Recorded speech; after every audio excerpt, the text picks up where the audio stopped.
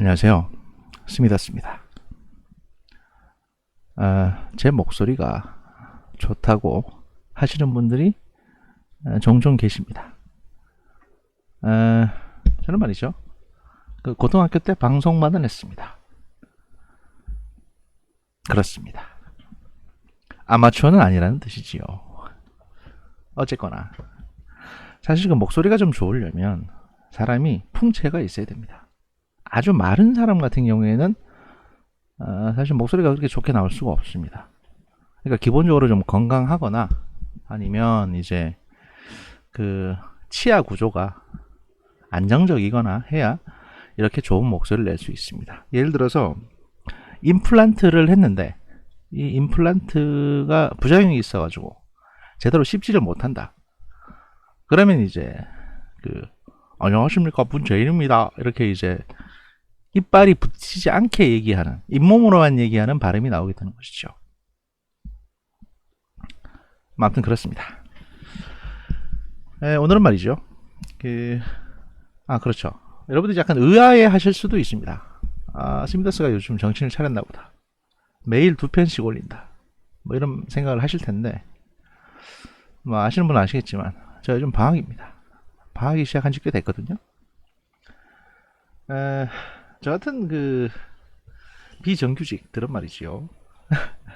학자인데 비정규직입니다. 그렇기 때문에 방학에는 별도의 그게 없습니다. 시간이 많다는 얘기지요.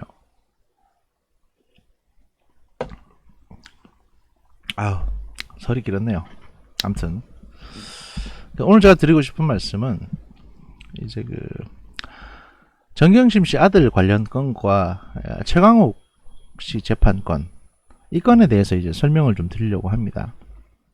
사실 언론 보도에서는 이 건 가지고 뭐 자중질환이네, 서로한테 떠넘기네, 뭐 이런 말씀들을 하시는데, 그 방어하는 측면인 최강욱 씨 변호인 측면에서는 사실 이건 변호 전략이기도 합니다.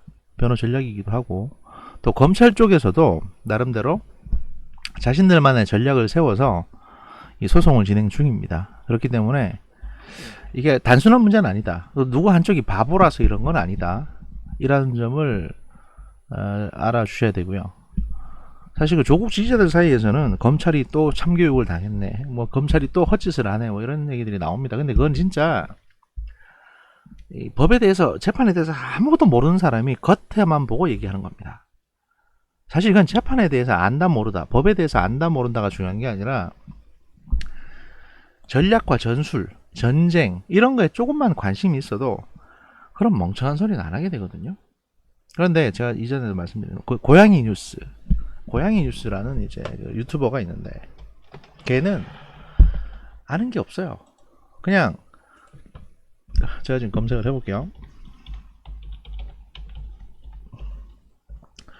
고양이 뉴스라고 검색을 하시면 뜹니다, 유튜브. 이 유튜브 내용을 보시면요, 정영심 교수님의 재판을 보고 왔습니다. 지가 이제 샌드위치 먹으면서 이제 정영심 교수 재판을 쭉 갔다 오는데, 늘 내용 중에는 이렇습니다. 그냥 검사는 재판 하루 전에 증인에게 왜 전화했을까, 뭐 어쨌을까, 판사가 열받아서 정색하고 검사한테 뭐라고 했을까, 뭐 다 이렇게 정영심 편들어주는 얘기를 하시는데, 이건 이 양반이 재판이라는 거에 대해서 무지하기 때문에 이러시는 거예요. 제가 이 기사를 읽어드리고, 관련 기사 하나 읽어드리고 거기에 대해서 설명을 조금 드리겠습니다. 검찰과 최강욱 쪽 변호인 측이 지금 재판에서 어떤 전략과 전술로 치열하게 대립하고 있는지 그걸 말씀드릴 겁니다. 7월 23일 중앙일보에서 나온 뉴스입니다. 정경심 아들 대학원 청탁, 합격 일주일 전에 가족 단톡방서 축하, 이런 내용으로 나왔습니다. 재판 갈 때만 안대를 하시는 우리 정모 교수님, 왜 이러실까요? 그러니까 평상시에는 안대를 벗고 다니시거든요. 근데 왜 재판 갈 때만 안대를 하느냐? 판사한테 불쌍해 보이려고 그러는 거예요. 그렇지 않습니까? 사실 본인이 죄를 졌음에도 불구하고 조금이라도 뭔가 불쌍해 보여야 득을 본다 라는 아주 쪼잔한 생각, 그런 생각들의 기저에는 뭐가 깔려있냐, 그런 어떤 이런 증인의 이런 피의자, 피고인의 행동만 봐도 저 정경심이라는 사람이 자식 입시에 조그만 인턴 증명서라도 얼마나 도움이 되겠느냐라고 생각하는 기본적인 마인드가 보입니다. 그러니까 이렇게 꾸준하게 안대를 붙이고 다니시는 거죠. 멀쩡한 눈으로. 저 솔직히 저 눈 잘 보일 거라고 생각해요.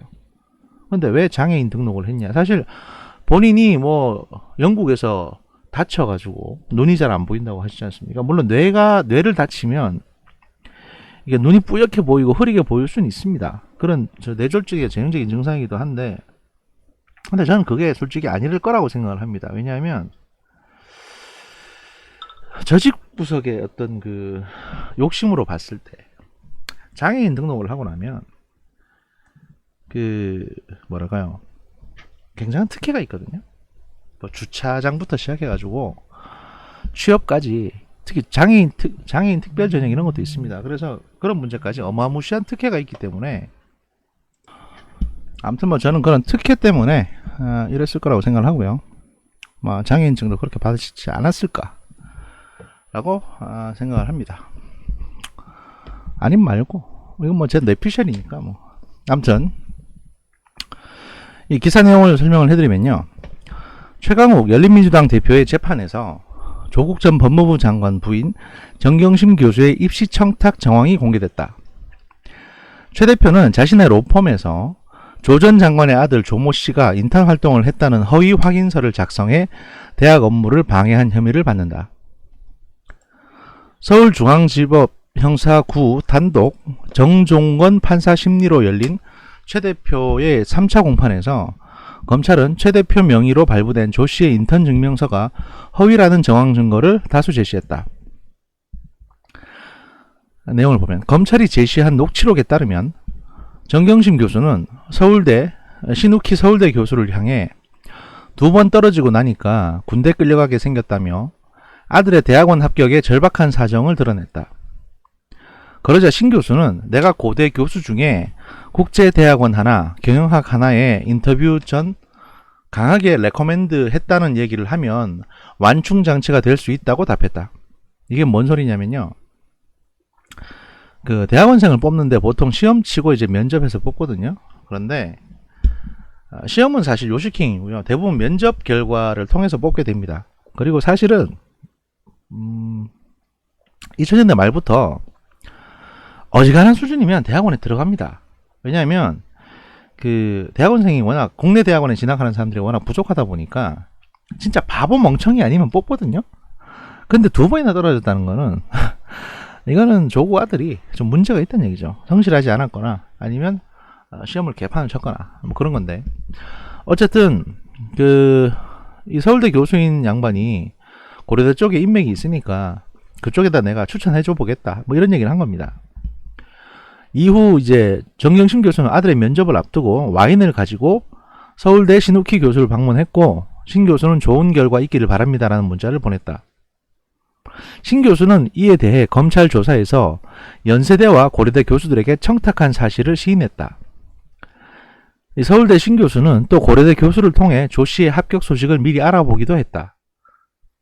검찰이 공개한 정 교수와 조 전 장관 등 가족 4명이 모인 채팅방에서는 정식 발표를 일주일 이상 앞둔 시점에 사실상 아들의 합격 통보를 받고 서로 축하하는 모습이 담겼다. 그러니까 이 전화 녹취, 그다음에 카톡 채팅방 이런 거 다 이제 확보를 한 거죠, 검찰이. 그러니까 이 대학원 합격 같은 경우에 뭐 대학원 합격 스펙을 쌓는 것도 있지만 이 군대 좀 늦추려고, 가능한 한 군대 어떻게 빼보려고 한 것도 있는 겁니다. 어쨌든 간에 이에 대해 최강욱 대표, 이게 지금 당대표니까 최 대표라고 하는데 사실은 최강욱 측은 차별적 선별적 기소라고 반발했다. 최강욱 대표의 변호인은 조심스럽지만 검찰 주장대로라면 신 교수를 기소하든지 관련된 교수 중 기소된 사람은 없다며 어떤 이유에서인지 최 대표만 기소했다고 주장했다. 이건 사실이요. 이건 사실 그 최강욱 씨의 변호인이 억지를 부리는 겁니다. 어거지를 부리는 거고, 그 다음에 검찰 입장에서도 이건 사실 기소가 쉽지가 않습니다.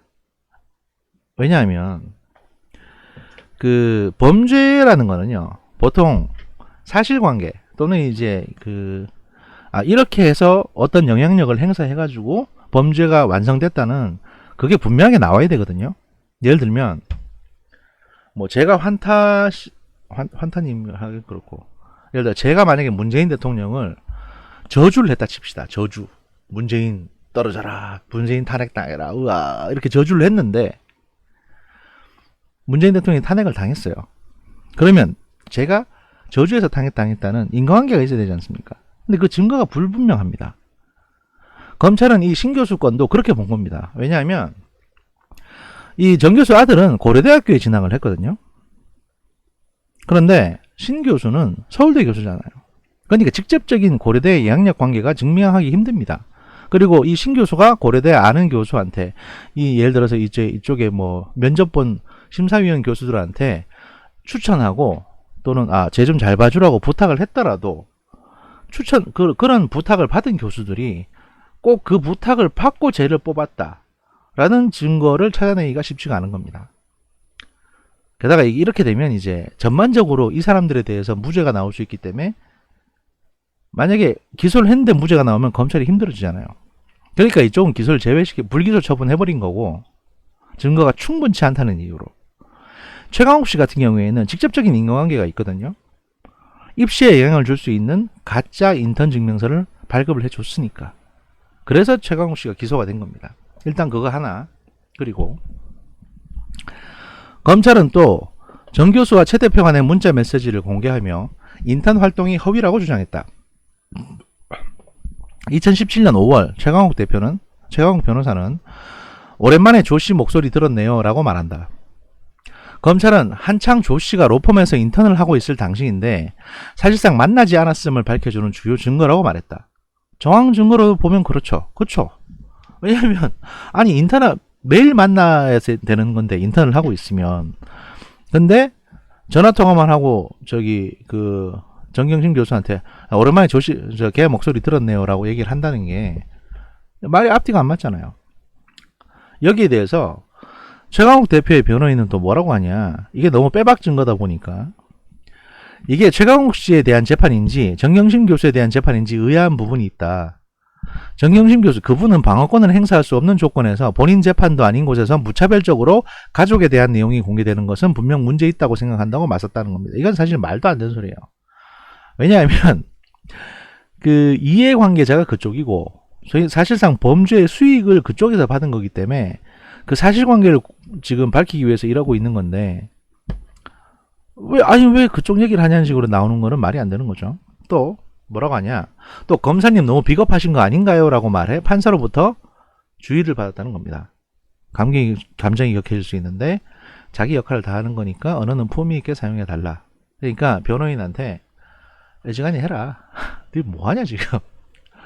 왜 나한테 징징거리냐. 이런 경고를 이제 판사가 최강욱 쪽 변호사한테 한 겁니다. 지난 재판에서 논란이 됐던 2018년 발급 인턴 증명서를 두고 양측의 공방이 벌어지기도 했다. 최강욱 쪽의 변호인은 2017년 인턴 증명서 2장을 준 것 외엔 작성하지 않았다며 2018년 인턴 증명서는 아는 바 없다고 말한 바 있다.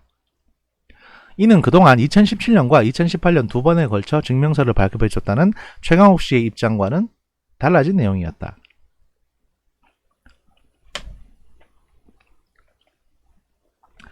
그래서 이제 니네가 이전에 2018년하고 2017년, 2018년 두 번에 대해서 증명서 줬다며, 그러니까 최강욱이가 지 입으로 그렇게 얘기했는데 왜 지금 와서 말이 달라지냐라고 검찰은 최강욱 쪽에 얘기를 했더니 최강욱 쪽에서는 뭐라고 하냐, 공소사실과 무관한 부분이기에 더 이상 할 말이 없다고 말을 안 합니다.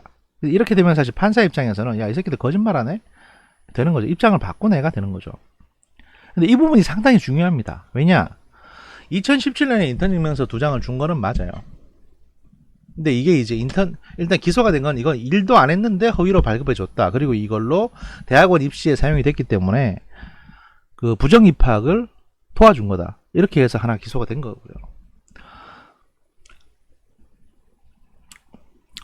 그런데 2018년 인턴 증명서는 최강욱도 몰랐고 조국 부부가 그냥 카피해서 붙인 것처럼 보이거든요. 그래서 이제 그 내용이 밑에 나옵니다. 이는 조 전 장관과 그러니까 조국 장관과 정경심 교수의 사문서 위조 혐의와 연관되어 있다.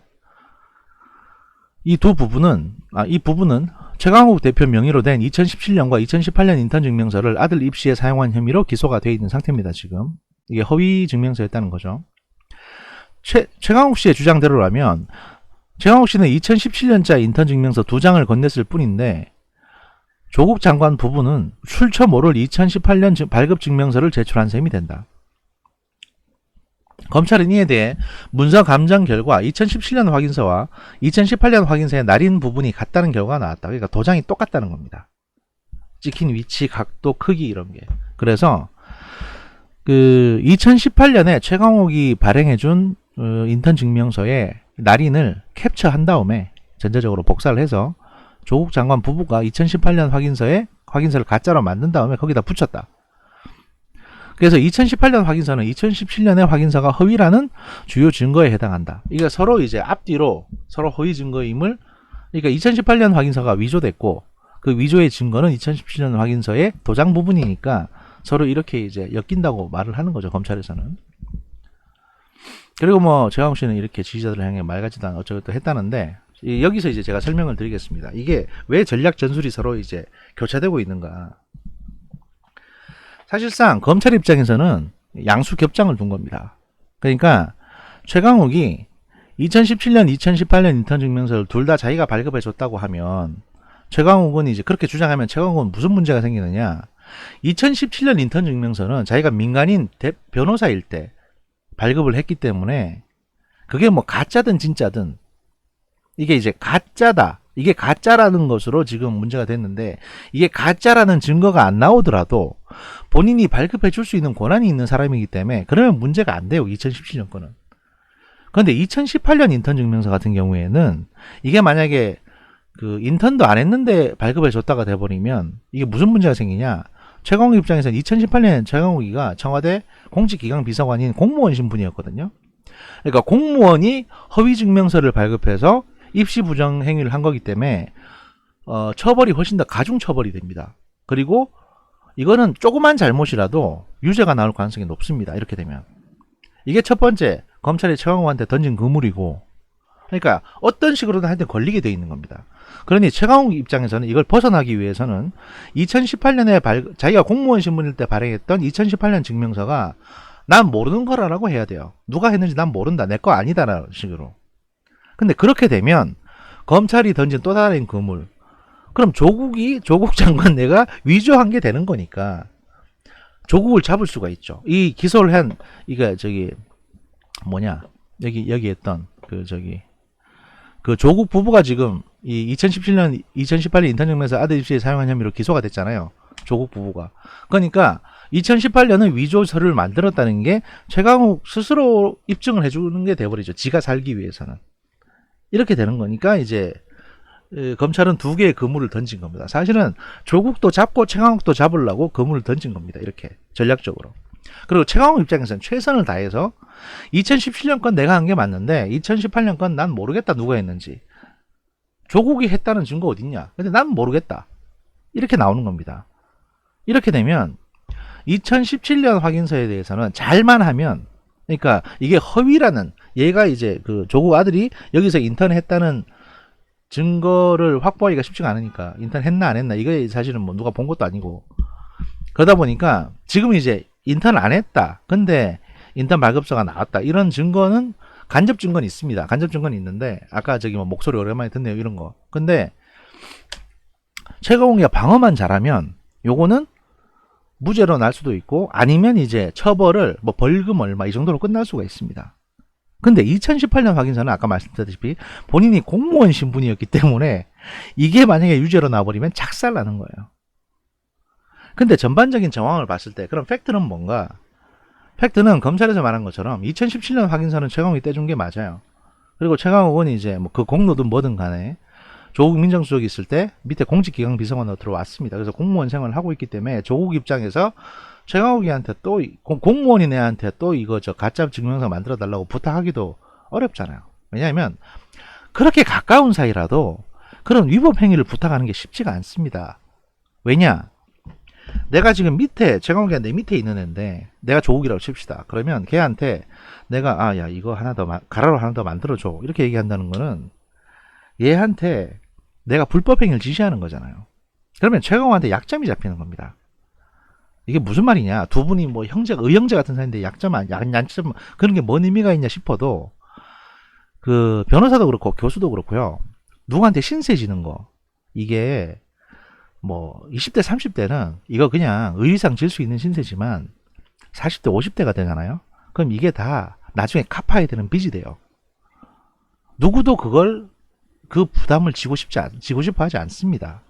막말로 2017년 인턴 증명서 가짜 인턴 증명서 발급해 준 것 때문에 최강욱이는 공직기강 비서관이라는 자리 공직에 앉혀준 겁니다. 어떻게 보면. 그러면 2018년에 증명서를 하나 더 발급해 주면 얘가 뭔 욕을 할지 어떻게 알아요? 민정수석 시켜달라고 할 수도 있는 거잖아. 그러면 난 또 대통령한테 또는 딴 사람한테 부탁해야 되고 조국 입장에서는 그러면 조국은 또 그 사람한테 빚지는 게 되거든요. 그러니까 이런 걸 하고 싶지 않은 겁니다. 이게 이기주의일 수도 있고 또 지금 사실 사회 기득권층에 있는 분들은 그런 식으로 진짜 필요한 거 아니면 빚지길 싫어해요. 제가 왜 이런 말씀 드리냐면 뭐 교수 사회에서 학부생들이 보통 많이 착각하는 건데 대학 교수들이 뭔가 인맥도 넓고 되게 막 많은 사람을 알 것 같잖아요. 그래가지고 뭐 학부생이나 대학원생들 취직 좀 시켜주면 좋을 텐데 소개 좀 해서 취직 좀 시켜주면 좋을 텐데 왜 안 해주냐 이렇게 징징거리는 사람들이 있습니다.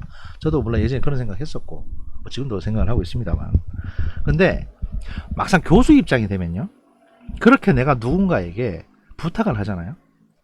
그러니까 대기업의 뭐 인사 담당관이라든지 또는 대기업 이사라든지 또는 뭐 국정원의 간부라든지 부탁을 해서 누굴 취업을 시켜주지 않습니까? 그럼 나중에 무슨 일이 생기는지 아십니까? 그 부탁을 들어줬던 그 간부가 저한테 와가지고 저 요번에 대학원 들어오겠습니다. 박사과정에 이럽니다. 그러면 그 간부의 박사학위 논문 박사학위 이거를 책임지고 해줘야 돼요. 이게 얼마나 힘든 일인지 아십니까? 그런 경우를 제가 비일비재하게 봤습니다. 실제로. 그러니까 이 선생들 입장에서도 누구한테 뭔가 사람 부탁해주고 부탁 들어주고 이게 쉽지가 않은 겁니다. 다 그렇게 공짜가 없어요. 아무튼 그건 뭐 그거고. 그래서 이제 이런 어떤 그 검찰의 두 가지의 그물 전략 못 빠져나가는 그 올무에 최강욱이 지금 걸려 있고 지가 살려면 조국이 죽을 상황이고 조국을 살리고 싶으면 지가 따블로 죽을 상황이니까 지금 이러고 앉았는 겁니다. 그러니까 최강욱은 지금 완전히 궁지에 몰려 있다. 하지만 최선을 다해서 지금 벗어나려고 이런 꼼수를 부리고 있는데 이게 재판에서는 이게 받아들이지 않을 겁니다. 왜냐하면 얘는 유죄가 나올 수밖에 없어요.